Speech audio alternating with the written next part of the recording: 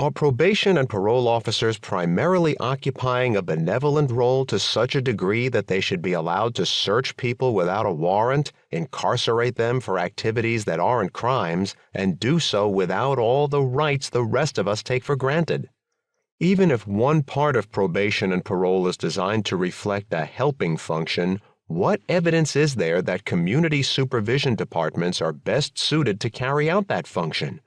Could it be better undertaken by community groups whose incentives and motivations are more aligned with the helping function that society once sought from probation and parole?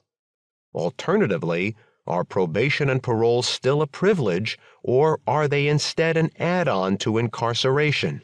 When people under supervision enter into a contract to be supervised and waive their rights, are they really getting freedom in return, or just delayed incarceration for offenses that might not have warranted incarceration in the first place?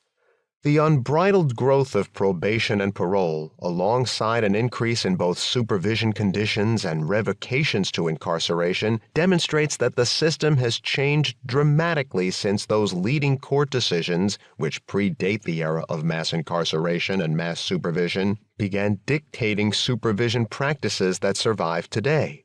It is such a drastic change as to render those decisions antiquated and obsolete, almost historically quaint were it not for the damage they are inflicting. While we don't have good numbers regarding how many people were under parole and probation when Morrissey and Gagnon were decided, the Federal Bureau of Justice Statistics began tracking the number of people under supervision nationwide in earnest in 1980.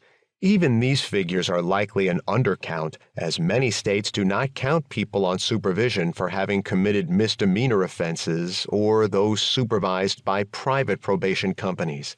But it is as good a comparison as we have.